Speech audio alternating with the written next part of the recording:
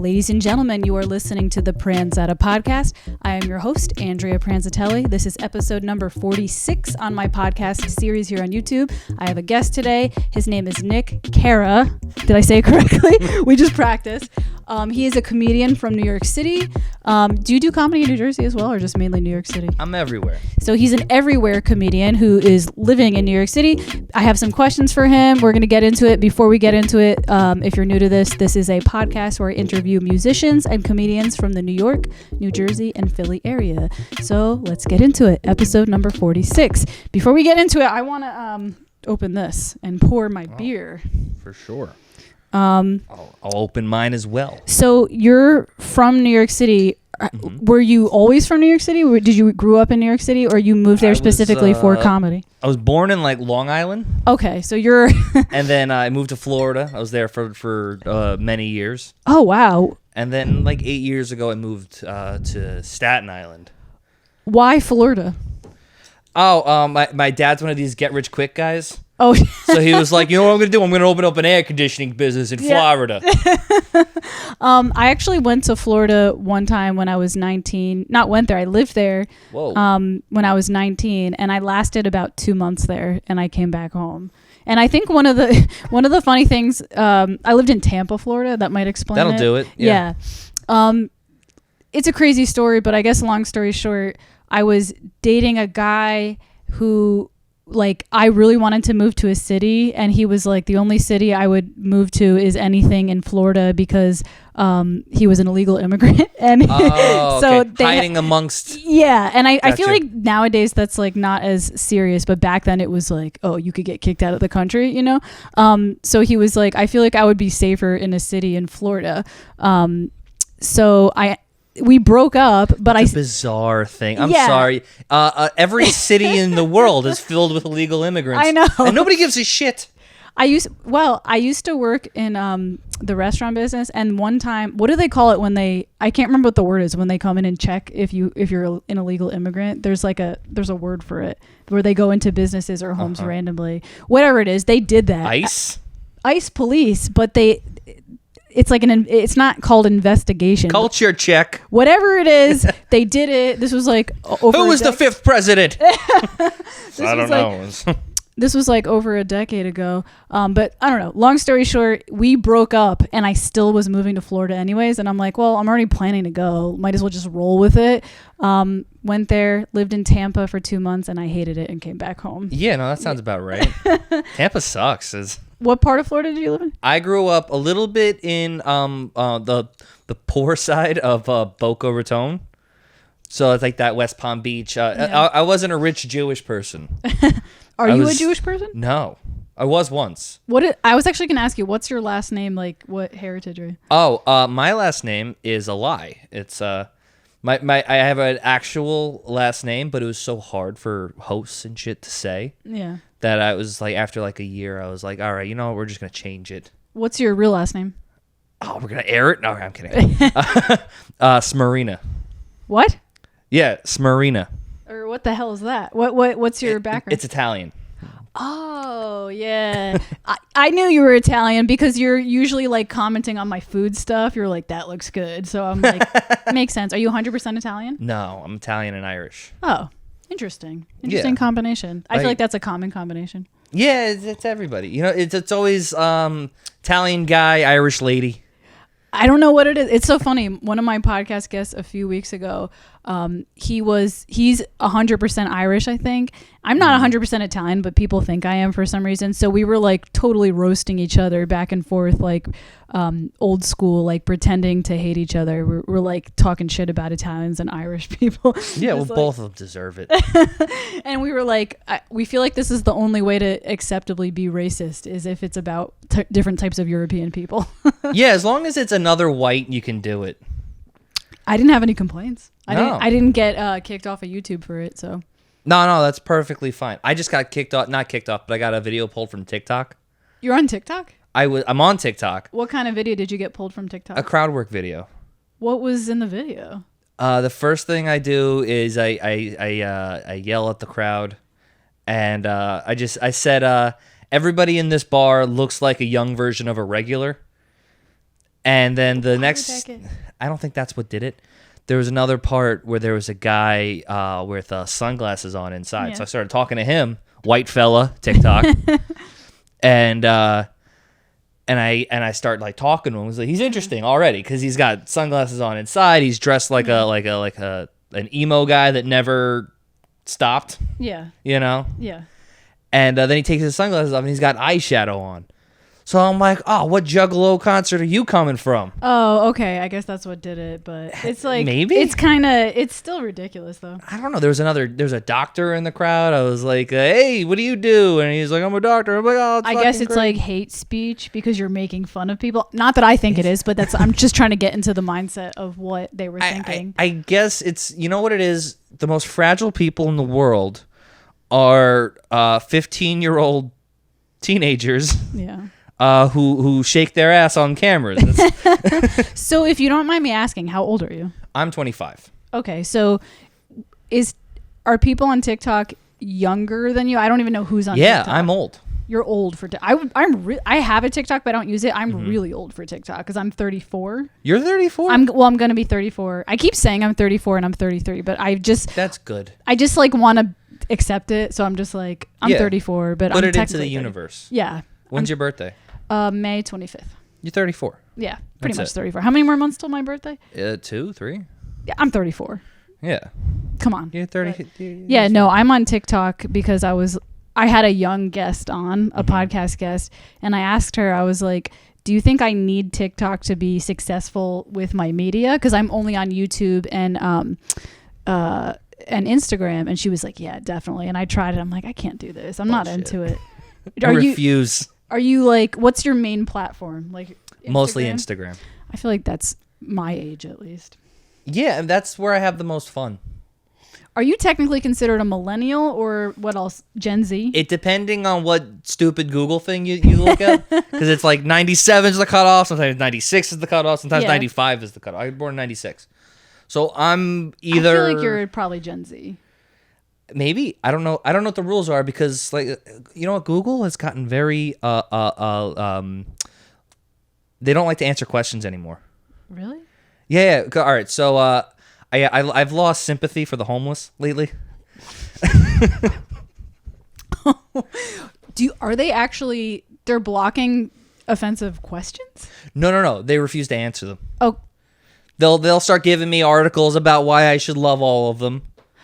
but maybe if you keep digging, because I mean, not to get dark here, but there's been times where I Googled how to kill myself, and the first thing that comes up is call this number so you don't kill yourself. So maybe it's just they're trying to help, but if you keep digging down, I'll find an article and be like, listen, this is the best way to kill yourself. Yeah, that's what I'm asking you for, Google. Yeah. I don't need your input.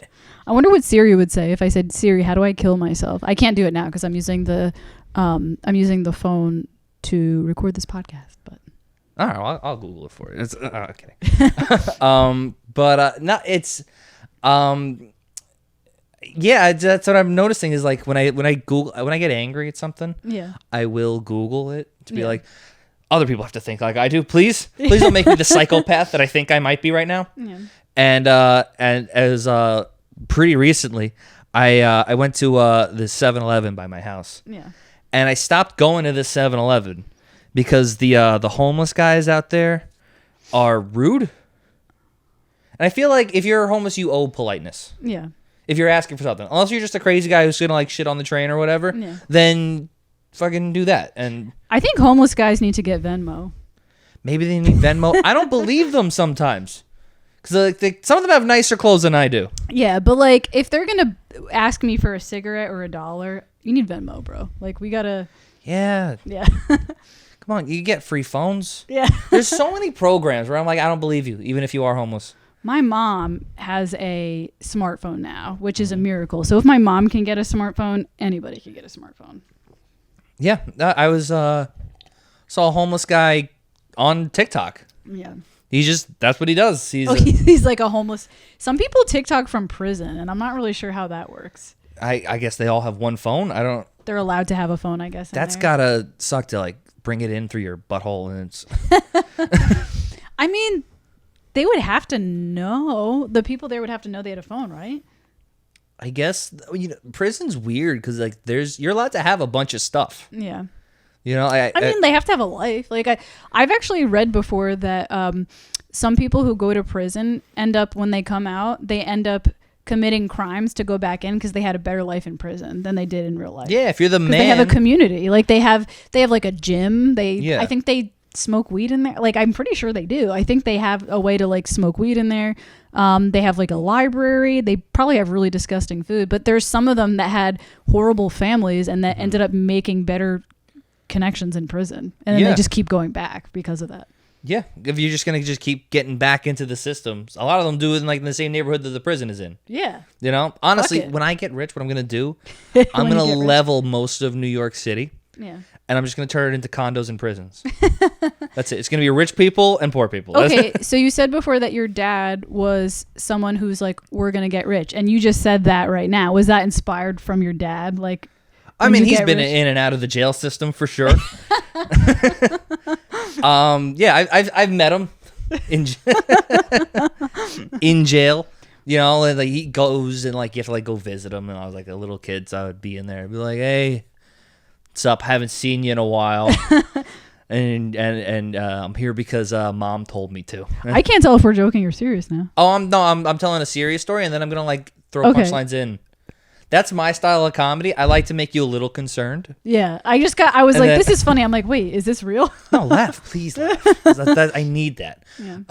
Is comedy a therapeutic thing for you? No. No? It's bad therapy then. Terrible therapy. Don't do that. Some people say that. Some people, like comedians I've interviewed, I've asked that question and they're like, yeah, I go there to get all my shit off my chest. Nah. I feel like from what I see from you, you're a very active comedian. Like you produce shows and stuff like that. Like you produce your own shows. How many shows are you running right now? Because the last time I talked to you, you said you were running like several different shows. There were a couple you were thinking of canceling. Oh yeah, no, I'm only running the one that you did. That I went to, yeah. So that's the only one now because producing is so hard. I was actually going to ask you on the podcast, is it worth it to produce a comedy show as a comedian? If you get a good room in a good area, do it. Because it's also a little bit of leverage because people are going to ask to do your show and then you get to do their show. And that's what you get to most network. of New York City is spot trading, even if they like to pretend that they're not. Like I produced that show all the way out in Patterson. Yeah. And that's just because I really like the room. Yeah. I produced other shows where it's just hard to fill up. Are you done with the Jersey City one? Because the last time I talked to you, you were like, I'm thinking of canning the Jersey City one. Yeah, no, it's gone. I gave it to somebody else. You just got rid of it because you didn't have a good turnout? It was getting too much to run that show and another show. Yeah, because you don't get paid to do it. You actually have to pocket your own money to pay comedians. Exactly. I was paying everybody out of pocket. Yeah, and if you're not getting any, you don't charge the customers for tickets for those shows. So it's like... No, I would ask for donations. I tried to charge for tickets, and then that killed it. That's crazy, because I've heard a theory once that when you charge it, people value it more and show up more. Like depending on what the show is, yeah. Yeah. And who you're promoting to. Also, it was in Jersey City. A lot of the people that promote in Jersey City are local. Yeah. And they know a bunch of people. Yeah. So they have that connection of at least a person who knows a person who knows a person. They have something like that, and that'll get people out. I feel like I don't think I am going to produce a show around here, but I feel like somebody should, because where I live in Somerville, there's like a really super nice downtown area, and I think one of my friends does produce a show, but it's not like an open mic. It's not like a regular thing. He does it like once every couple months. Well, Danny Breff runs a show out here. Yeah, but I don't think it's inclusive. Like, I don't think it's like, hey, come do a mic and I'll do. I think it's kind of. No, it's very just much him. So. Like host, feature, maybe 2 features and a headliner. He does like very traditional.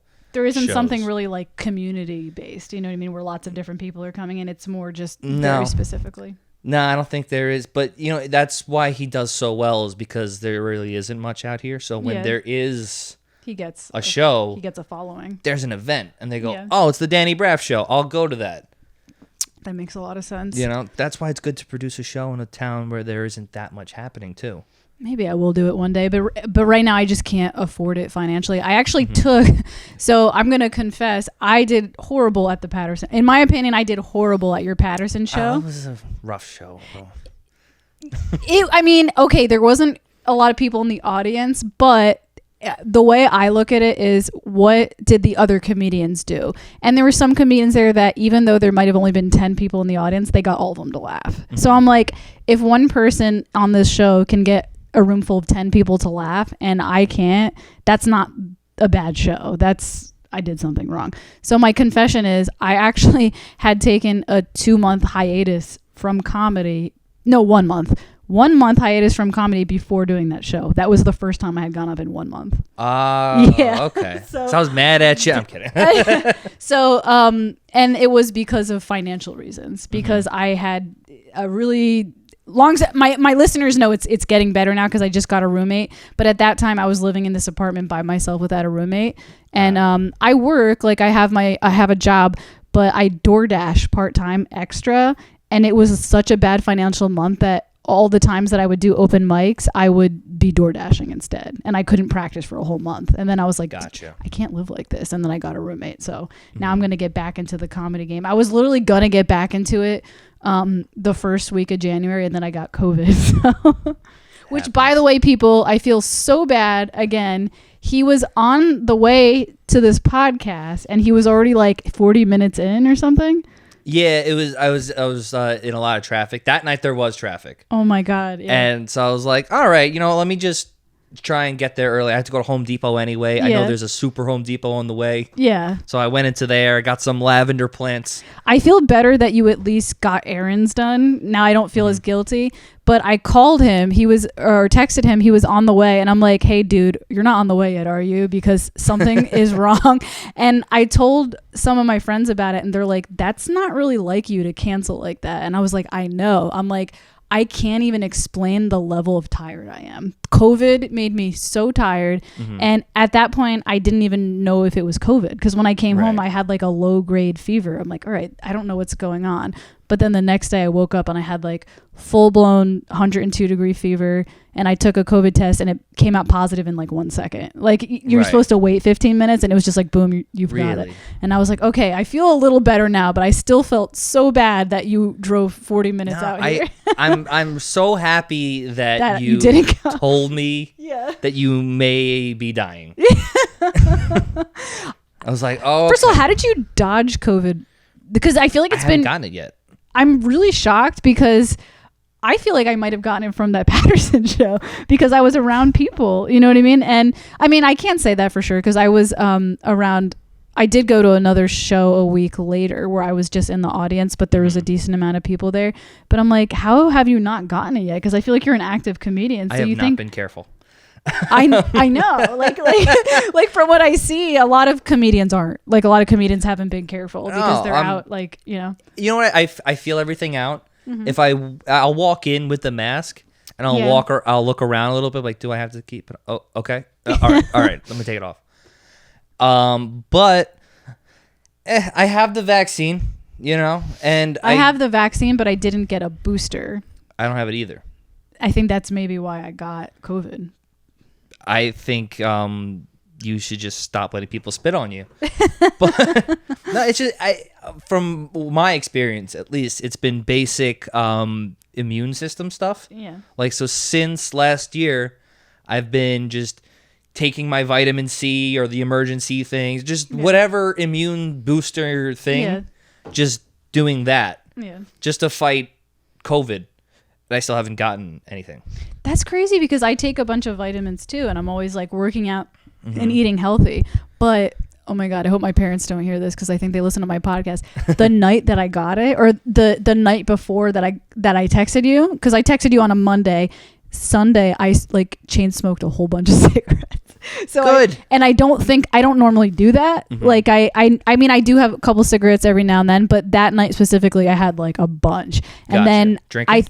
No, I wasn't even drinking. I was just. Wow, you just said. I was. No, I was just hanging out with one of my friends who smokes, and we were like, he's a musician. We were jamming, and we just smoked a bunch of cigarettes. And then the next day, I feel like that might have fucked with my immune system, because the next day I woke up like, holy shit, what the fuck happened to me? It was crazy. But you're so lucky you didn't get it, dude. And I'm so glad I didn't give it to you. And if you had come, it would have been the worst pot. I would have had nothing to give. That's why I was like, all right, you're not going to even have any energy. I'm not even going to... Because there would be a piece of me usually that's like, really, we're not going to do it? Because like, you're fucking feeling a little bitch. under the weather? Yeah. No, that's the thing. I'm usually not like that. Like, I'm usually... If I have a hangover, if I'm tired, I power through things. But that's what I'm saying. Like, if I'm canceling something, something's really wrong. That's why I knew. I was like, I think this is COVID, because it was like a fucking truck hit me. I was just like, I felt like I was Did gonna. your back hurt? All that stuff? No, that's the weird thing. None of that stuff happened till the next day. The body aches and the high fever happened the next day. It was just like tiredness, like I couldn't explain. Gotcha. It was just a lot. So if that happens to you ever, just be warned. If you just randomly get really tired, like it feels like mono or something, you probably have the Omicron. Gotcha. I still haven't yet. Yeah, that's a miracle that you haven't gotten it. I don't know what I'm doing. You've been chain smoking so much. No, I'm just kidding. I have like one cigarette every like 6 months. Yeah. You know, it's what if I'm drinking a lot, like you smoke New weed? Year's Eve. A little bit. I don't think it fucks with your immune system though. Smoking weed. No, I think smoking anything like fucks up with your lungs. Yeah. Because it's smoke in your lungs. Doesn't matter what it is. I know weed's supposed to heal fucking AIDS, but I don't know why I look at you guys. I'm like, yeah, you're right. Heal AIDS, you know. You. Yeah. I know all of your viewers have AIDS. My grandmother, she's been not smoking weed, but her doctor prescribed her with like THC or something, and she's been taking it, and she swears that like some of her pain is gone. Yeah, no, that stuff's real. Yeah. That's why they do the CBD, or I guess I think THC it's does it too. CBD. Yeah, my grandmother started taking, she's 94, she started taking CBD, and she's like, my arthritis is totally cured now. So yeah, no, it's that part's real. It definitely doesn't, like, I used to smoke because people would, I used to try smoking weed because people would be like, it calms your anxiety. That it doesn't do for me. It doesn't, it makes me more anxious. Yeah, no, I can't smoke with people. I can't. I mean, I can now. I think I've grown a tolerance for it. But a couple, like last year, I couldn't smoke around people either. And it's just you do the thing where you're like standing in the circle and you're like, am I breathing too heavy? Are people noticing me? Do I have to say something now just so they know I'm here? I get hyper like that. Like what's I don't know the phrase for it. Like self-critical or hyper self-aware. And I think that whatever I'm thinking. Like, it's gotten so severe to the point where I thought the people I was with could hear what I'm thinking. Like, that's how serious it's gotten. I'm like, can they hear what I'm thinking? Like, you just think that everybody's so tuned into you. Right. But I don't know if they really are. I mean, they kind of are. Definitely not. But if they're high, they kind of are. Nah, I feel like, when you're somebody who you can be social on weed, you don't really notice if somebody's having an inner panic attack. I have a confession too. At the Patterson show, when I was just like hanging out in the audience, I felt like I was totally sober, but I kind of was having a panic attack because I felt very like out of place. Like I was the only female there. And that's kind of common, I guess, in comedy, but it was very specifically the environment. Like it was like super... a lot of masculine energy, and I don't mean that in a negative way, like everyone's like a tough bro. I mean like that definitely wasn't that group. no I don't mean it in that way necessarily, but it was just like I was the only chick there, and then it was just like a lot of video games and shit, and I was just like, I feel really out of place right now. I don't know who to talk to or like where to go. I saw that. I felt very bad. I saw that you like, because I feel like I'm kind of like, I feel like I get, that's why I can't smoke weed, because I'm already kind of high as it is. Like I get really perceptive, and I'm like, he can tell I'm anxious. Like it, and it was like bugging me even more. I'm like, like no, I want everyone to have fun. It's funny, like if I go somewhere and I look like I'm not having fun and people notice it, I notice that the host, whoever's hosting the event, gets like sad or offended that someone's not having fun. Do you feel that way? Like when you host an event, but not offended, but like you feel like bummed if you're hosting something and the people, somebody there is not having fun. Yeah, because even something like that where people were just hanging out we were waiting for crowd to come. Yeah. And I think it was like super cold that night or the night before. There was some weather thing, whatever it was. But yeah, I see you sitting by yourself. Because you're like, oh no, I want you to be included. I feel like that's not the first time that happened. I did another show a couple weeks before that, a music show, not a comedy show, and I was like being quiet, and the host of the show was like, "Are you okay?" And he was kind of like, and I'm like, "Damn, I guess like the host of the show really is perceptive of the audience," which he should be. That makes a lot of sense. Yeah, well, you're perceptive of your own show because you see something wrong.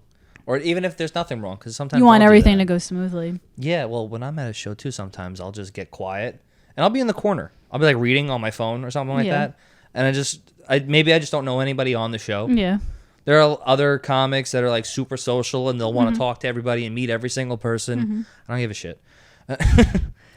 I'll sit in the corner and just tell me when I'm going up. Yeah, and it's not that I don't like anybody. Sometimes people read that as like, oh, you think you're better than people. Yeah. Because I know other comics who get that. And that's not it at all. It's just... I feel like I've always gotten that reaction from people I hang out with. Like in college it happened. I've always been a shy person, and people always took it as like, this girl's a bitch, and it's like, no, I'm having a panic attack. I'm not a bitch. Like, and people have always like, no, I'm just afraid of humans. Like I'm afraid you hate me. Like people think that I hate them, like, because I'm so quiet. And it's like, no, it's the other way around. I desperately want you to love me. Like it's like, and like people always take it as like, I'm a bitch and I think I'm too good. I've gotten that reaction a lot, and especially in college when I went to music school, and I was super quiet, and people were always like, this girl's stuck up. I'm like, no, I'm just terrified. Right, you're just trying not to take up too much space. Yeah. I get it. I'm the same way. Yeah. Just want everybody to like you. I was gonna ask you another question. Oh, I was gonna ask you, because we're talking about like being sensitive to the audience and stuff like that. When you're on stage and you're bombing, how do you handle that personally? Do you freak out, or do you kind of stay strong and just keep continuing? Depending. Yeah. It depending on what I'm doing in my own head.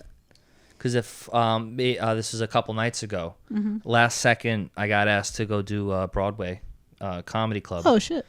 And I was like, yeah, sure, I'll come. I had to go cancel another show because I wouldn't have been able to do both. And I was kind of looking at it like it was like another audition. And I was like, well, I got to do well. Yeah. And it was an audition show? It wasn't. It was just a spot. Oh. But in my head, I'm like, oh, if I don't kill, they're never going to ask me back. And then you go there and it's a Tuesday night at 10 o'clock and nobody's killing. Oh. And I'm like, if they don't ask me back, it's just because there's, 40 comics this guy's got to take care of. But in my head, I was like, I gotta murder. And the first line I went with, because the host brought me up, they're like, she was like, hey, what credits do you want? And I was like, Amazon Prime. And she brings me up. She goes, you can find this guy on Amazon. And I was like, oh, that sounds like I could be purchased. Let me try to like riff off of that. Yeah, that's good. Yeah. So I was like, hey, yeah, guys, you can find me on Amazon.com. Yeah. I am a waifu pillow. That's actually good. I like that. Thank you. Then I looked at the crowd. They didn't buy it. None of them clearly knew what it was. When you gotta like read a little bit the crowd, and it's... I don't know what that pillow is, but I still think it's a funny joke. Like, because I understand the context. Like, I'm like, I don't know what that pillow is, but he's making a joke about being sold on Amazon. Like, right. Yeah. So the waifu pillow, if I get this right, anime people, let me know if I'm wrong. It's a pillow that looks like a character. So if you're like a Sailor Moon, yeah, it looks like the girl, and a weird dude would sleep with the pillow. So I was like, I'm a shitty waifu pillow. It's funny. I didn't even know what that was, but I still thought the joke was funny just because you said you were being sold on Amazon. But, right. Yeah. Thank you. But I got nothing. And they're like, what's that mean? Yeah. So I was like, all right, well, I got to move on now. But there was like that little, Do you think like when you do your first joke of the night and it doesn't hit, it really fucks with your energy and it kind of goes downhill from there? Or are you able to recover from that? Usually, I don't give a shit. Like sometimes it'll just, I'll try and, most of the time I'll try and bring a lot of energy on. Yeah. Like, how the fuck are you guys? How long you bitches been together? Even if it's like a two, you know, like a man and a woman, I'll call them bitches. I don't care. But every once in a while, maybe I'm a little tired, maybe just a little anxious that day. Yeah. And something might not land, and I'll go, fuck.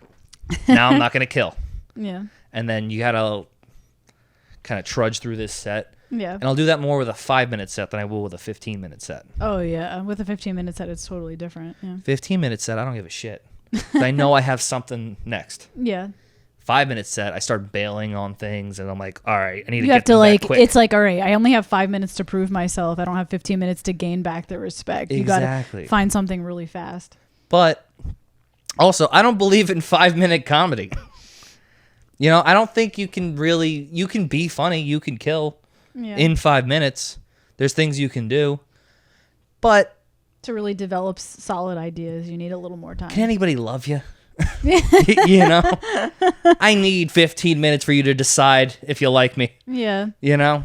Do you ever get burnt out from the open mic process and seeing so many different people doing it? Like, is it ever get like frustrating or? Oh, what gets frustrating for me in comedy is like the politics side of it. Really? I've only been doing comedy for 1 year, so I don't even know what you mean. Oh, okay. Pretending everybody's great. There's that, and then like you see like the people who are like moving past you, and you're like, why you? Okay. And then you gotta like kind of like take a step back and go like, well, why not them? You know, it's maybe you don't think they're funny. Maybe they got it because of some other reason. Maybe you're just being a bitter douche. How long have you been doing comedy for? 5 years. Okay. So, but yeah, you see a lot of that, and you know, everyone kind of has the same thoughts when they see somebody get something, and they're like, why them? Yeah. But then you're around a little bit longer, and you go, oh, well, this whole thing is marketing and relationships. Yeah. So if you're not that marketable, then you are going to get through on having good relationships.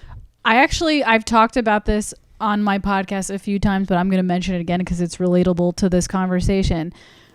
I've only been doing comedy for 1 year. Mm-hmm. I am not good yet. I know that. I've been offered shows really fast just because I'm female and they need females. And it's overwhelming because people are like, do you want to do a show? I'm like, I'm actually at the point where I think I'm going to start turning down shows because I don't want to put myself out there anymore until I feel confident that I like my set. Mm-hmm. You know what I mean? Like people are like, hey, do this show. And I'm just like, there's no reason I should be getting that. So like, it's not fair, but I do think females have kind of like that advantage. Or like, why does this person get it? I think it's because there aren't really that many females in comedy, which is kind of changing. I'm seeing more and more females, but I feel like a lot of times they're just like, we need a female on the show. Can you come? Like, and I'm just like, yeah, but I'm not ready. Like, you know? Right. And then they just put me on because they just need to like fill the quota. And I even make that as a joke. Like when I go up there, I'm just like, hey, I'm here to fill the quota. And like, it's like kind of a funny way to start the show, but it's like, I'm at the point where I'm just going to start turning down shows and just do mics for a year till I feel like I'm ready to do a show, you know? I would say don't turn down the shows. Do the shows. Yeah, but isn't that a bad idea?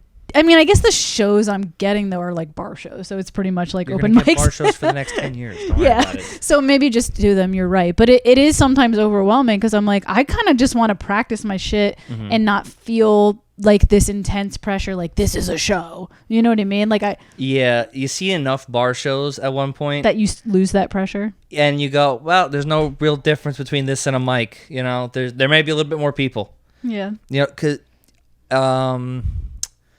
so you're not wrong with what you said, because I actually had that argument on a podcast before about female or about turning down shows to about sometimes girls will get a disadvantage because they start getting booked way before they're actually ready. Good. Yeah. And then now you're putting them like, now this girl's got to follow like Mark Normand. That's what I'm afraid is gonna. It will happen. That's what I'm afraid is gonna happen, because like I've gotten people to be like, oh, and I'm just like, I'm not ready for this, and I literally think it's just because I'm a female. Yeah, well, it's one. You need a girl on every lineup.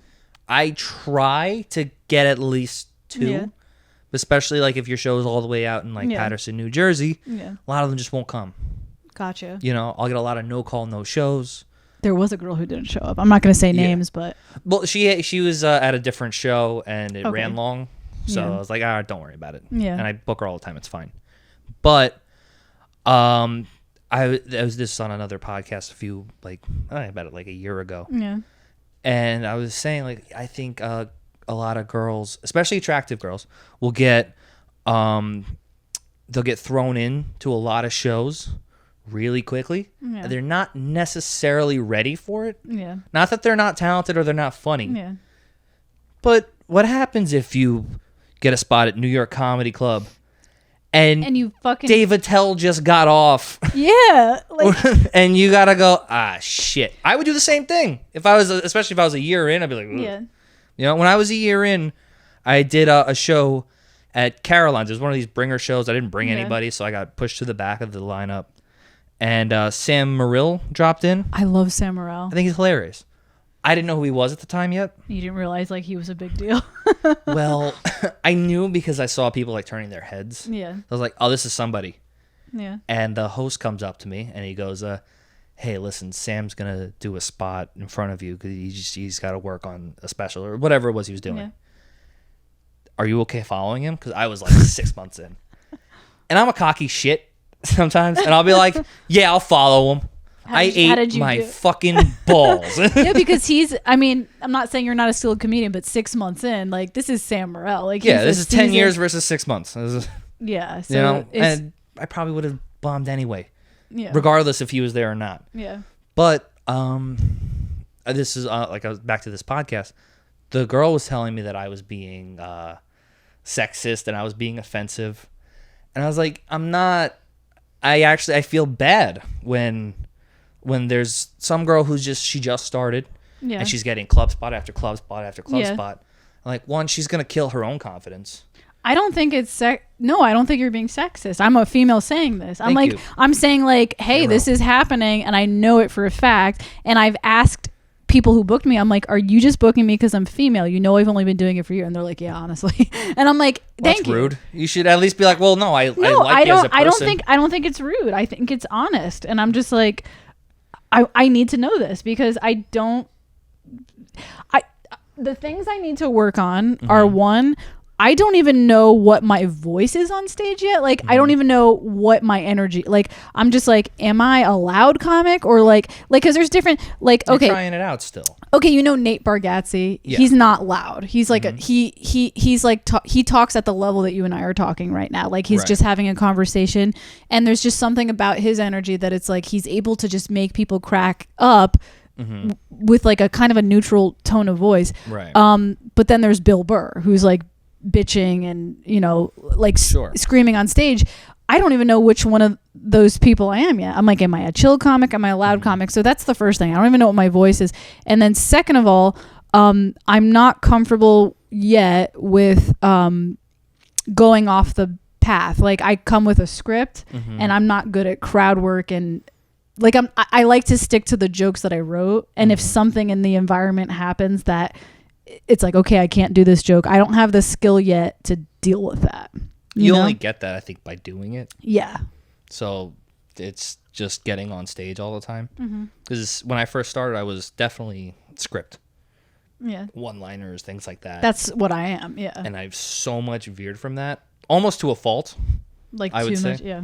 Where it's like, I can go off at the rails at any time, and I'll just start talking about nothing. I've had a friend who told me that once about himself. My friend Sam, he's a seasoned comedian. He's been doing it for a long time. Really funny. Morrill? No, not Sam Morrill. Sam. His name is Sam Mushman. He actually is a manager at a wine bar here, and he has a really interesting career in comedy. He has an actual, like, he's getting booked a lot in comedy, like a decent amount, because he it's like a really weird niche thing where he only tells jokes about wine, and like that's his whole brand. It's very there's a place for that. Yeah, that's his thing because he's a wine manager. So somehow he married the two like together. Good, and he gets like corporate gigs a lot, and he gets paid. He actually gets paid comedy gigs like that pays pretty well with it. But where was I even going with this? What was I saying before that? Why did I bring him up? He said that because I saw him perform once in Somerville. He did like a show in Somerville, and he like produced it himself. And I was like, you're so spontaneous in the moment. It's so incredible to see. I'm so jealous because I'm the opposite. And he's like, yeah, but there is a perk to being scripted because sometimes I don't prepare shit. And he's like, and sometimes I bomb because of that. Yeah. So it is like you kind of have to experience both ends of that spectrum, I guess. I'll do it show by show. Like if I'm doing something like a catering hall and it's like a what's it called, a fundraiser for something, yeah, I'm gonna bring my A. I'm gonna do my material. Yeah, that way I know I can trust it and I'm fine. And if something happens or if I feel really good and I can kind of go off, then I'll do it. Yeah, and I'll try shit out at the bar shows, especially because of COVID, and I didn't know what mics were gonna get canceled what day and shit like that, and just regular living not in the city. Yeah, I stopped doing so many open mics. Yeah, so I was just like, well, I'm getting a lot of bar shows right now. I'll just use those as the open mics. Yeah, where I'll throw 70% old shit, 30% new shit. Yeah, and that I found was the most fun way to develop an act. Also, I stopped with the actual script. So I just knew what the joke was. Yeah. And you change the language if whatever you have to do. Yeah. That way you always give yourself room to come up with stuff, because if you're a funny person and you're doing comedy, I assume in conversation you're pretty funny. Mm-hmm. That's when you're at your funniest, when you're just kind of talking and you find that line.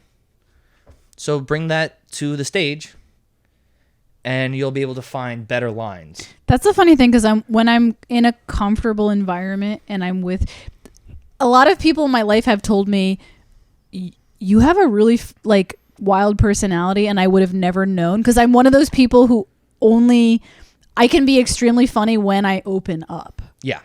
And that's how I am. I feel kind of reserved, not because, I feel comfortable around you, but just when I meet someone for the first time, because I met you, but this is the first time having a conversation, I'm more reserved than I usually am even in this moment. And when I meet people, it takes me several months to open up. And that's kind of the process I'm going with comedy. I have a wild personality, but it only comes out when I truly feel comfortable. I'm like black and white. People would be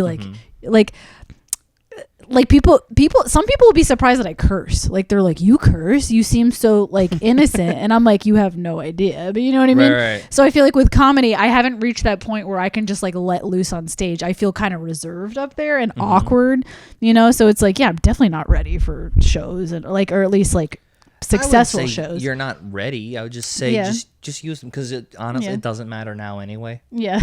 If you're going to stick around for 10 years. Bar shows, sure.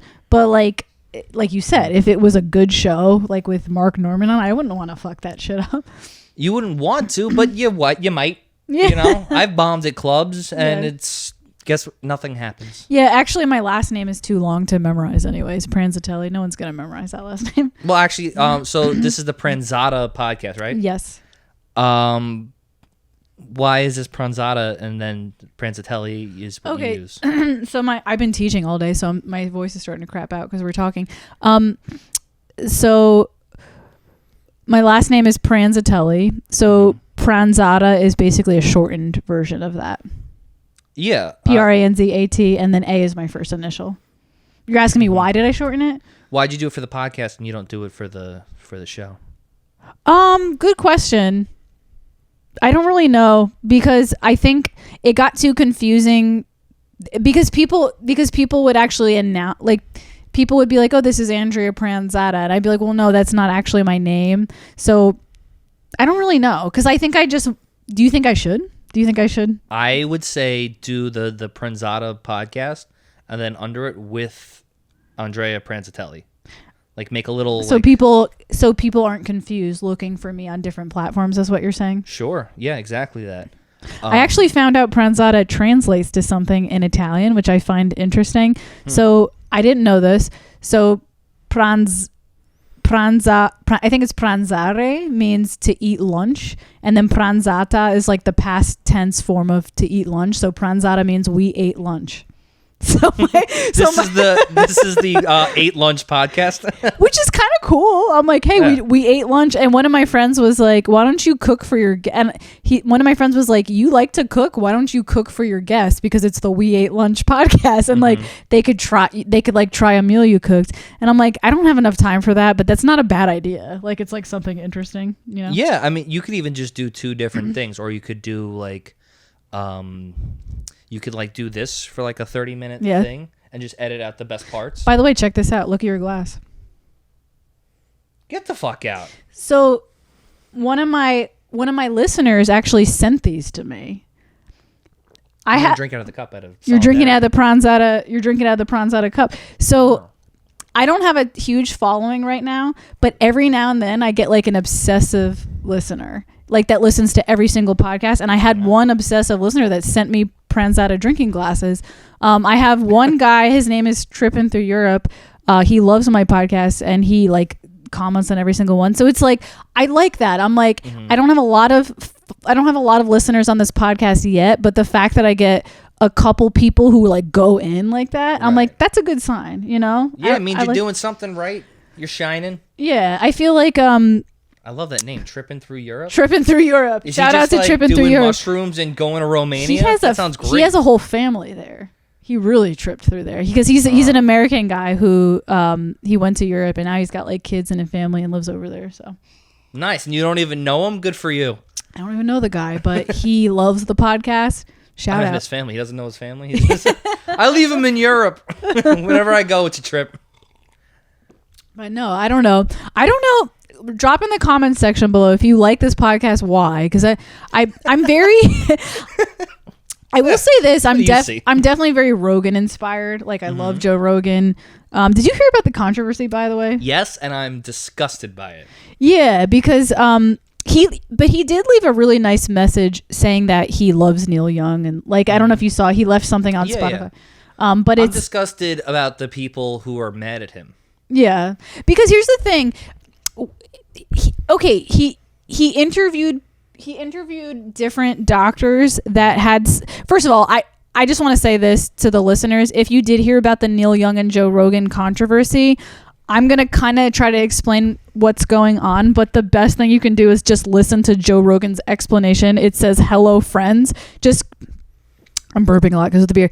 Just look on Spotify, Joe Rogan, "Hello, friends," and it'll be like a 9-minute video of him explaining the controversy. I'm going to try to explain it the best I can. But basically, Joe Rogan, he had interviewed some people who had a contrary opinion about vaccines. I think he interviewed like 2 or 3 different doctors that had who were like solid credentials, not just like random people from the street or like conspiracy theorists, actual doctors who work in the field of medicine, who talked about negatively about vaccines and how they might not work in certain ways. And I guess people, certain journalists or news people on the internet, they had made clips of Joe Rogan talking about it, and so all you see, if you don't know Joe Rogan, all you see are these very isolated clips of his podcast talking negatively about vaccines. But if you actually are a listener of Joe Rogan's podcast, you would know that he has also interviewed people who are pro-vaccines. And Joe Rogan's whole thing is that he interviews people from both sides of the spectrum, and he's really curious to know everything. He wants to know what the pro people say, and he wants to know what the anti people say. And I've said this on previous podcasts before. He's interviewed Ben Shapiro, but he's also interviewed Bernie Sanders. Those are 2 very opposite people. So it pisses me off so much that people are like looking at these very isolated events that don't know who Joe Rogan is and are assuming that Joe Rogan is an anti-vaxxer, which he's not. He's actually not. He didn't get a vaccine, but he's not an anti-vaxxer. Yeah, well, this is actually what we were talking about before, is just keep taking your vitamins and your immune system Yeah. shit. And that's what he did. Yeah. And he still ended up getting it. Yeah. But obviously the guy made a full recovery. Granted, he's a millionaire and all that shit. Yeah. But I was disgusted with the news stations doing he's spreading misinformation and millions of people will die because they watch Joe Rogan and oh my god, it's such bullshit. But that's what these news stations do, because what they do is they want money, so they lie, and he's beating them. Yeah, it has nothing to do with his stance on vaccines or anything like that. Yeah, that's why they're taking just isolated clips. Yeah. Where it looks like you can kind of morph it, or they're like horse tranquilizer or whatever it is he's doing. Yeah. And it's just he's beating them. Like I said, people listen to his explanation of what's going on. And that's the other thing too, is like, for people to talk so much shit, I've been listening to his podcast for years. He is one of the most loving, kind-hearted people that I've ever listened. I've never met him, but I've ever listened to. And a lot of his guests and people who talk about it can attest to that. They're like, I've met Joe Rogan in person, and he's just as sweet off camera as he is on camera, and he's just like a person who wants to help everybody and do the right thing. So it's so fucking what I heard. Yeah, it's like so fucking crazy to me that people are, again, taking these very isolated clips from his podcast. And by the way, not to mention, it's a podcast. He's a comedian podcast. He's not a doctor. He's not a scientist. He's not a political person. He's a podcaster. You know what I mean? If somebody I just said in the beginning of this podcast that I had interviewed a guy that we were trolling each other, that I hate Irish and he hates Italians.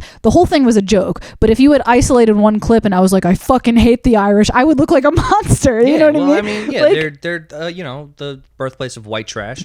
But sorry, I can't help it. No, and you know what? I've come from a political family where I've seen. Literally my parents are politicians. Like I've seen, and I've seen campaigns. I've seen political campaigns, and I dated a guy who made a video for my parents, and it was taking isolated clips of a guy and making him look bad. And that's not to shit on my family's campaign. Everybody does it. Like all the political people do that to each other. Yeah. They just like play fucking chess with real life. Like they just like, they're all competing for a job. Yeah. That's all they're doing. Yeah. But yeah, with the news networks thing, like they take the isolated clip, they do the horse tranquilizer thing, and then you go, well, how come I can get more information from a comedian's podcast than CNN? Because you have and it's opinion based. He doesn't lie about it. Yeah. But it's unedited. Yeah, and I think what's important about it is the fact that he is interviewing so many different sources. Like he is interviewing so many different people. Like it's not just he's not just interviewing one person he's not interviewing people who just believe in one narrative. He's interviewing all kinds of people, and he himself collects his own opinions and carries that with different episodes. Agree with everything he says. That's the other thing. People too, like people know I love him. They're like, I don't agree with everything he says. I'm like, I don't either. He's offended. I've been offended by some of the stuff he said before about women and stuff like that. Like I get offended when he's not funny. No, he isn't a fun. That's the thing with Joe Rogan too. I think he's a better podcaster than he is a comedian. No offense. Thanks. You bald idiot. No, he's definitely a better podcaster than he is a comedian.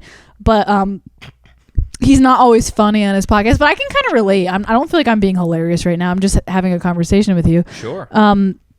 But I don't know. The whole thing really pisses me off, and that people are quick to jump on the situation they haven't listened to his podcast and don't really know who he is. Those are the only people that are getting upset. Yeah. Which is the same as, with the Fox News versus the CNN or the whatever it is you watch. You didn't even watch it. Why are you even upset? Yeah. You're just mad because you're supposed to be mad.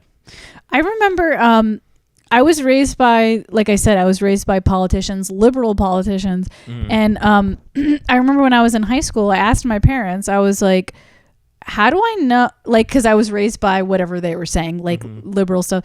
I was like, asked my dad, I was like, how do I know which person's telling the truth? And he's like, well, there's 3 news channels, and you listen. He was like, you listen to Fox, you listen to CNN, or what's the third one? You listen NBC. He's like, one is moderate, one is this way, and one is that way. I'm like, well, how do I know which one's telling the truth, Dad? Because whenever I listen to them, they all sound convincing. I'm supposed to watch all 3 and then make your opinion based on that. Nobody does that. Yeah, that's what my dad said. He's like, watch all 3, and then I would find that I would watch one and be like, oh, I understand what they're saying, and then I'd watch the Republican one and be like, oh, I get what they're saying, and then I watch the and then I'm like.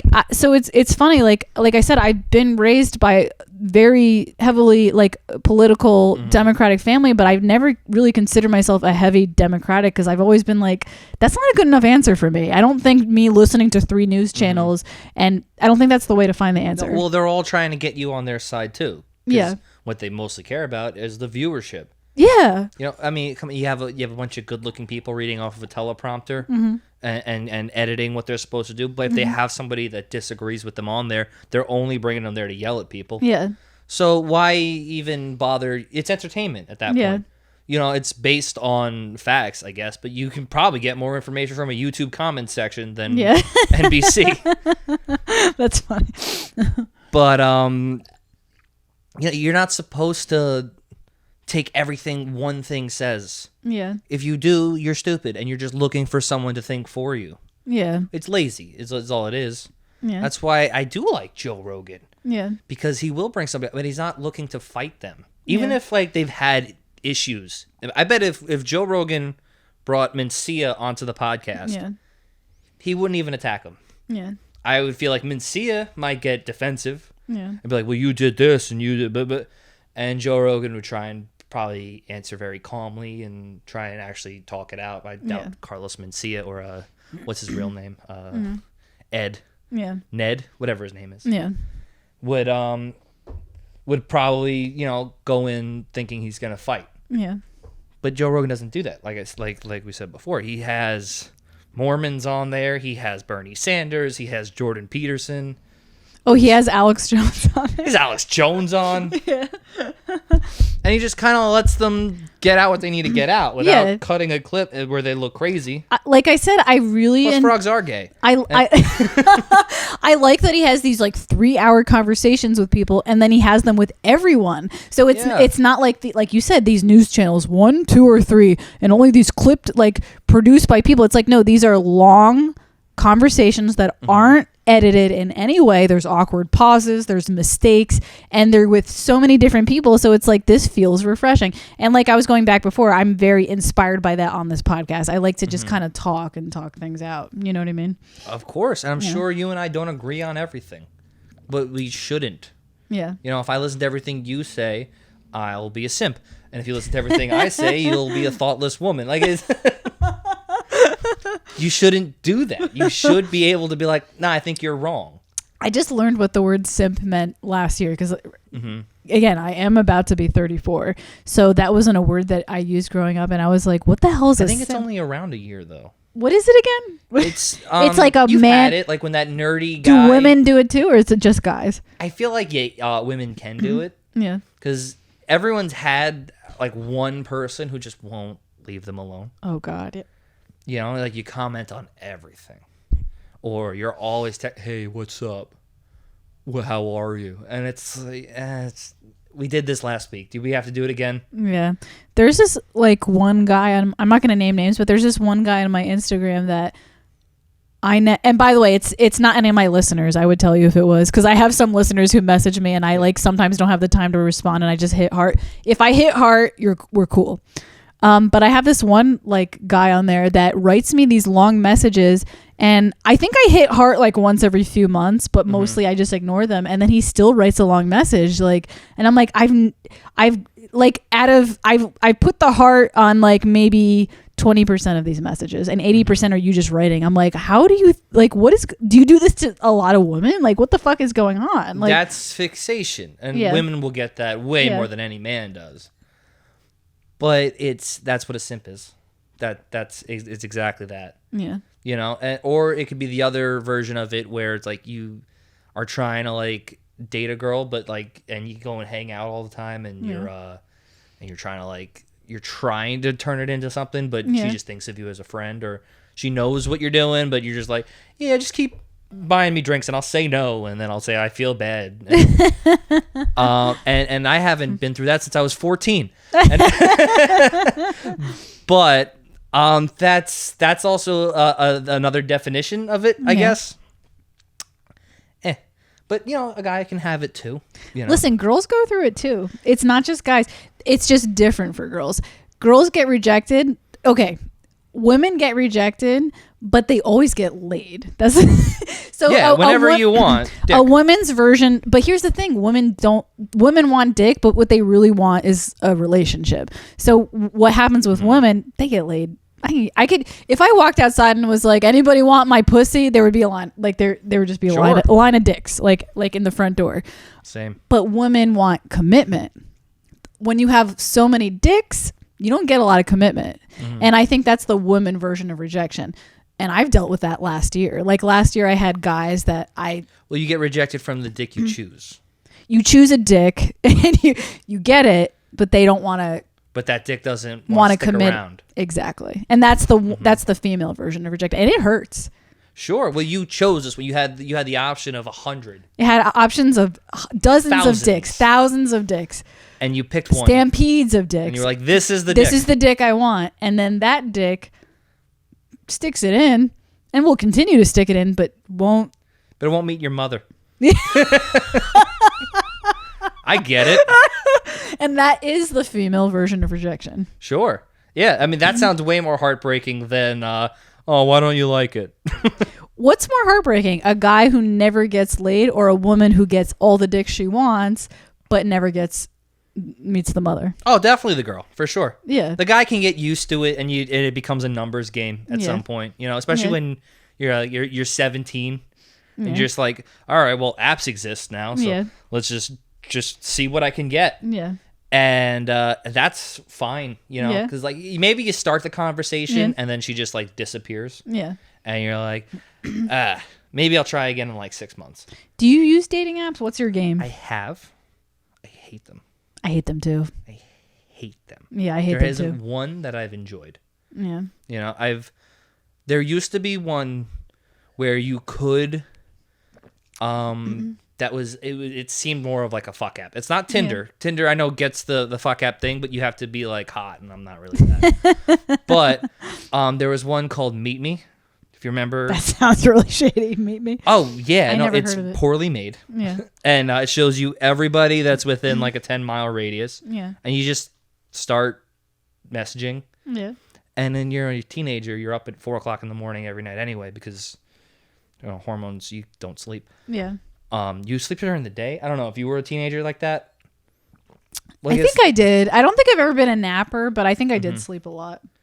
Yeah, I mean, if that's why a teenager will sleep until like noon. Oh, I've done that. That I have done. Like when I was a teenager, I would sleep in. Like if I wasn't in school or whatever, if it was a weekend, I'd sleep until like noon or 3:00 sometimes. Yeah, I've done that, and it's usually just because you're up all night. You're up until 4:00 in the morning, texting or on the internet, whatever you're doing. But this app was a fucking shithole. When I first moved to New York, that's what I did. Is I was like, let me try and meet somebody, and like I can make their friends and whatever. Yeah, yeah. And I met this girl. Her name was Michelle. She's getting married now to a guy who looks weirdly like me. But she was a little kooky. Cuckoo. Yeah, where we traded numbers, but I wasn't too into it. So I kind of just let it fade. Yeah. Where I could just, I'll send a text every 5 hours now. Yeah. And she'll just lose interest. When I am done, I try and just slowly take it back. That way you lose interest and nobody's ego is hurt. Yeah. I didn't hear from her for, hey, cat. Oh, my cat. I didn't hear from her for about a month. Mm-hmm. And then I got this text saying, what the fuck? And I go, I did something. I go, hey, what's up? And she goes, so what, you're just fucking done with me now? And I was like, I guess not. I thought so, yeah. But and then she's like, "You're gonna take me out tonight," and I was like, "This is aggressive." Okay, and I'm 16. Oh. And so we go out and we end up dating for a little bit. But the whole time I'm like, there's something wrong here. Mm-hmm. You know, like I'm meeting the parents and the father is like obsessed with this powder blue Corvette. Yeah. And the daughter was like this like A+ student in a Catholic high school, and like, you're not proud of that. It's then she would be all kind of strange. Her friends I didn't really get along with, so I kind of just like, hey, I think this is done. And I tried to be respectful. Yeah. And I got these long paragraphs of like, you're a fucking piece of shit. Da, da, da, da. I'm like, this seems to be the case whenever I try and be nice. Yeah. You know, ghosting works. Just do it. And that's happened a couple times. Whenever I try and let it go nicely, and be respectful, that's when I get yelled at. I still would rather have a respectful goodbye though, because I feel like whenever if a guy has put his dick in me and then he just disappears, that is the most disrespectful thing. Totally, absolutely. Did you put your dick in her? Yeah, it was great. And she was like, "Oh, this is my first time," and I'm like, "No, it's not." But it was, I mean, you know, you're a kid too, so you like, maybe I wasn't as tactful. Yeah. But then it's happened even later in life where like there was a relationship I had. I'm not gonna say with who. Yeah. But she decided to break up. Okay. And I was like, all right, I didn't want to, but okay. And then I had to continue being like emotional support. And like, all right, you broke up. We're done. I don't have to listen to you anymore. Yeah. And I ignored a couple texts in a row. And then I got a Venmo. Yeah, and I sent it back, and then that's when I texted. I was mad. She was trying to pay like therapy or something, like pay for your attention. No, it was supposed to be like I paid you back for something for before we broke up, and I was mad because I'm like, I've been ignoring your texts, and you did this to force me to contact you. Yeah, which is how I saw it. So I sent the money back, and I was like, hey, leave me alone. Yeah, you mad, toxic, and shit, and got this big paragraph. I haven't heard back since, and I hope you're doing well. But yeah, that's I understand the rejection. Yeah, can hurt a lot, and I do think if like you really felt something, and then it's gone for some reason. Yeah, or if you're a woman and you're like, all right, I choose this dick. Put it in. Yeah. And it's like, and now we get to like hang out and do other not digging me shit, right? Yeah. And then they're like, nah, we just want to do dick and you shit. That sucks. Yeah. But if you're on the guy side and it's like, well, I just want to put my dick in you all the time, and like you're trying to find a nice place to say like you're pretty, or we should get drinks, which is just I want to put my dick in you, and I hope you pick me. That's it, because even we know that you have 1,000 options, and we hope we're the one that you like. Yeah. And you know you're gonna talk your way into it. That doesn't hurt as much because then. What's your love life like now? Oh no, it doesn't exist right now. You're not on a dating app, you're not doing anything to look for women? I tried the Facebook one. And it just mutants and Korean women. You had I'm not gonna blow up your joke, so we don't have to talk about it, but you had a really funny joke at the Patterson show about like a lady you hooked up with. Was that a real story? Oh, that one was real. Should I tell a story? You're more than welcome to. I didn't want to like put it out there if you don't like telling your jokes on podcasts, but so he told this after all that blubbering I just did about fucking relationships that fucking made everyone turn off. Told this story at his comedy show about hooking up with a woman, and I was dying of laughter. I was like, holy shit, I can't believe this is real. So I'll tell you the real story. I was at the show in Staten Island. Yeah. And I would drink for free at some of these shows. Yeah. So I just hung out all night. And on the other side of the bar, I did see this couple. There's just two older ladies. Yeah. And I was like, let me go be social. And I walk over to them, and they're actually very nice. They're both very welcoming. One of them she keeps looking at her phone and she seems upset. So I'm like, all right, we'll talk about this. because I'm super sensitive. And I go, what's wrong with your phone? And she's like, this guy, and da-da-da-da. And I'm like, I didn't know you still dealt with this in, like, your 40s. You know? I thought, like, everything was, like, okay. You knew how to handle shitty people. Yeah. Like, no, everyone's still getting rejected. So she, like, picks up her phone and she walks out, and I'm stuck there with the other one. And she looks like just, like, a biker's wife. You know, like, what's your name? And she's like, I'm not telling you my name. And I'm like, okay, do you want to do a shot? And she's like, yes. I'm like, all right, we're doing shots. And then she does, like, she puts her hand on my leg. And I go, okay, all right, this is what we're doing tonight. So I do it back. And then she just, like, starts, like, kissing me. And I'm like, oh, drunk cougar. All right, we're in. Was she hot? She's all right. Pretty good. I've seen her once before, like, after that. And it seems like this is a common thing for her. But we're making out at the bar, and she goes, let's get out of here. And I'm like, all right, cool. This will be fun. She looks out of her mind. And we find her house. And that actually is true. We drove around like 40 minutes looking for a house. It was only like 3 blocks away from the bar, which should have realized that. So we're making out in the front seat, and I'm like, hey, are we going inside? And she's like, no, my ex is in there. And I'm like, ex? And she's like, yeah. Very clearly present. Right. Yeah. And I'm like, all right, I don't care. I'll see you in the back seat. So we're in the back seat, and we're doing, like, the making out, and she's, like, dry humping, that kind of stuff. And I'm like, let me make this lady feel like she's a hot young lady now. So I start, like, feeling her up, and I put my hand on her butt, and I'm like, she's liking it all. And I feel something in the back pocket. I'm drunk as shit, too. And there's a little rectangle. And I want to know what it is. Like, I'm like feeling around, like, can I tell what it is? And there's this nice move that I like to do. You put your hand in the back pocket, and like you get like ass squeezing torque, I guess. I don't know. It seems to work.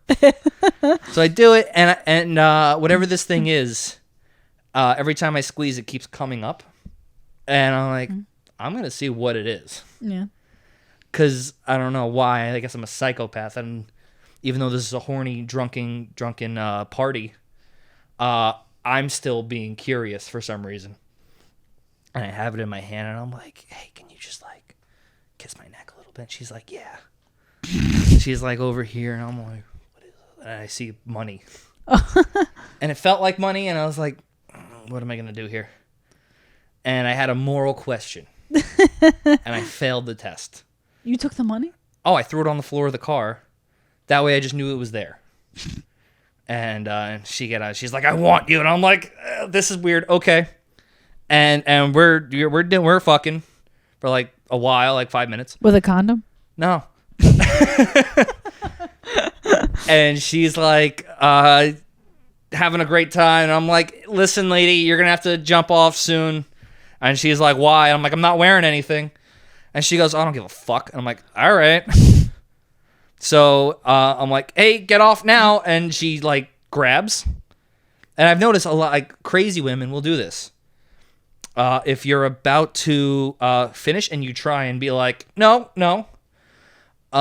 they'll latch onto you. This has happened before, and other guys have told me this story that some women will do this. Like, they want the cum in there? They want your cum. And it's like, I don't even know this lady's name yet. Like, you don't know if she's on birth control or any of that stuff. I mean, she's a little up there. So I'm like, maybe maybe it's just not going to happen. Yeah. But I'm like, why are you? No. And I do it, and she goes, don't worry. And I'm like, okay. High five. We high five. Oh my God. And she gets off, and she goes, help me put my pants back on. Don't embarrass me. All right. Help her find the pants. I don't know if you've had car sex, I assume. Not since I was like 12? No, I'm just kidding. 12? Not since not since I was Not since swim class. not since I was 5 years old. No, not since I was like 16 or something. Yeah, that's when you're usually having it. I was like 19. Yeah. Okay, that makes sense. Yeah. You live at home. You need someplace. You need exactly. I've done that when I was but I moved out of the house young, so we got to business. Yeah, exactly. I love not living at home. Oh fuck yeah. Now I could just be loud. Well, if you have roommates, you still can't. You have to. Fuck them. I guess it's different for guys. Yeah. Like you'll wake up in the morning and they'll be like, I have one roommate who had a girl over and he was like, "Did you hear us last night?" And I love bursting the bubble, so I'm like, I didn't hear a thing. Like that was shitty sex. Like I slept like a baby. But this lady's like, "Help me put my pants back on. Don't embarrass me." So I'm like, all right. It's a weird thing to say. Yeah, very strange. And we fumble around and I find it and help her put her pants back on. I'm like, you can't do this on your own. Taking pants off and helping someone doing that is totally different. Yeah. Fun. Putting them back on. Not a totally different story. It's not. Have you ever had a guy try and put your pants back on? I wouldn't want a guy to put my pants back it's on. Weird, I would feel like a child. Yeah. Be like this pedophile type of. Only off. Only the removal I can request help with. So I do it, and she's like, "Walk me to my door." And I'm like, "All right." And when you had all that sexual energy pumped, so you didn't really think. Yeah. Now that this lady was filled with me, I could think like a person.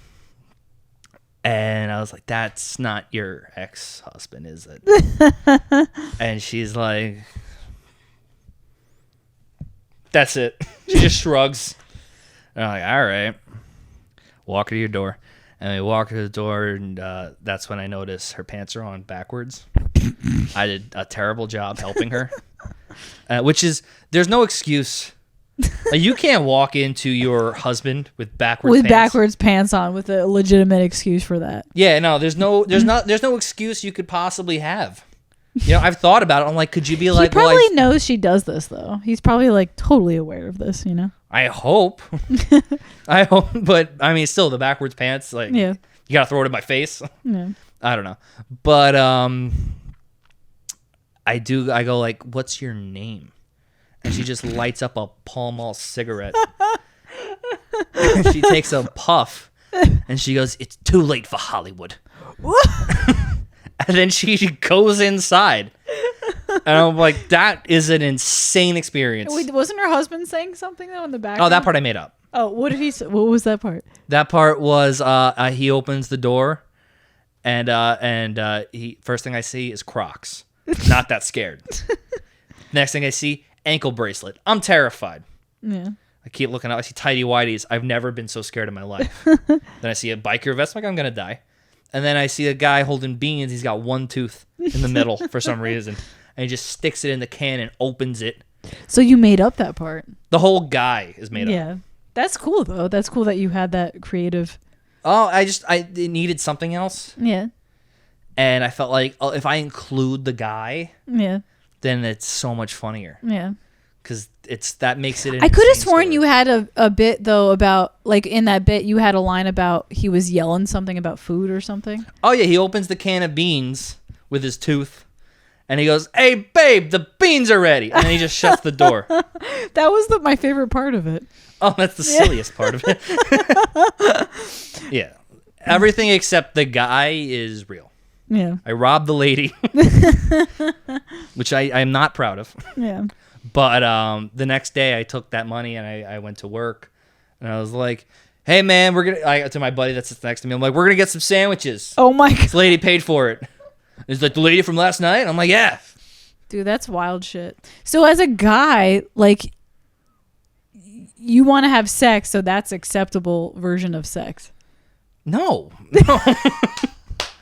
No, it's terrible. Okay, because I'm trying to get in the head of a guy. I wouldn't There are guys that don't give a fuck, and they'll fuck you in an alleyway. Yeah. Yeah, and there are girls that are like, I find that hot. There are.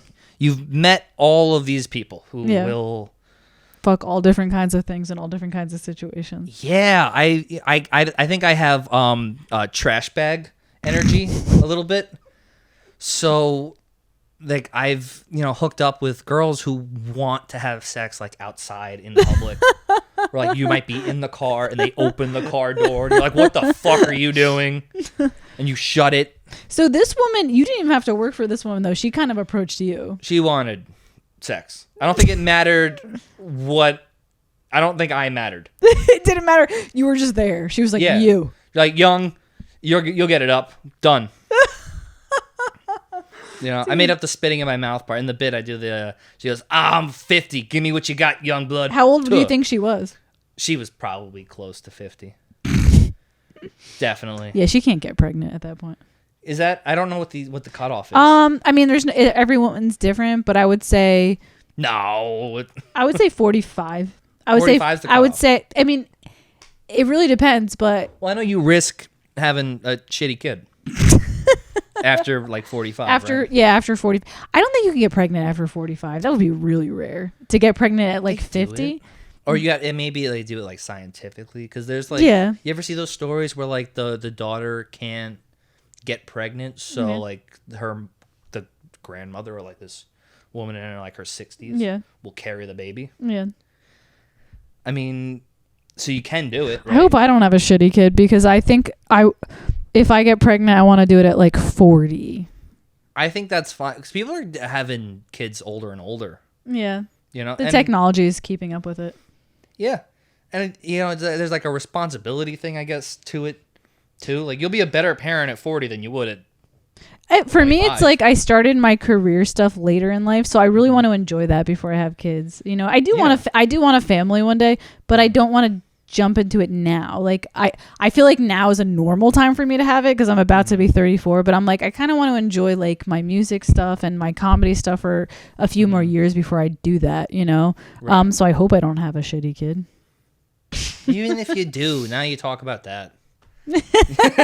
Material for stage. Well, I've seen this. Having a kid adds like 10 to 15 minutes to your act right away. I've heard that. I've heard comedians say that they had kids just to have material, which is really crazy. Yeah, that's awesome. You fucking douchebags.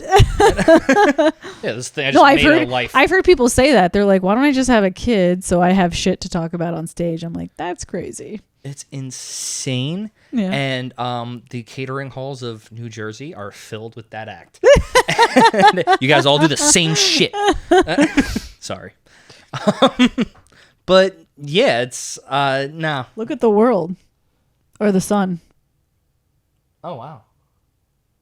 The sun's very interesting. It's just a ball of fire.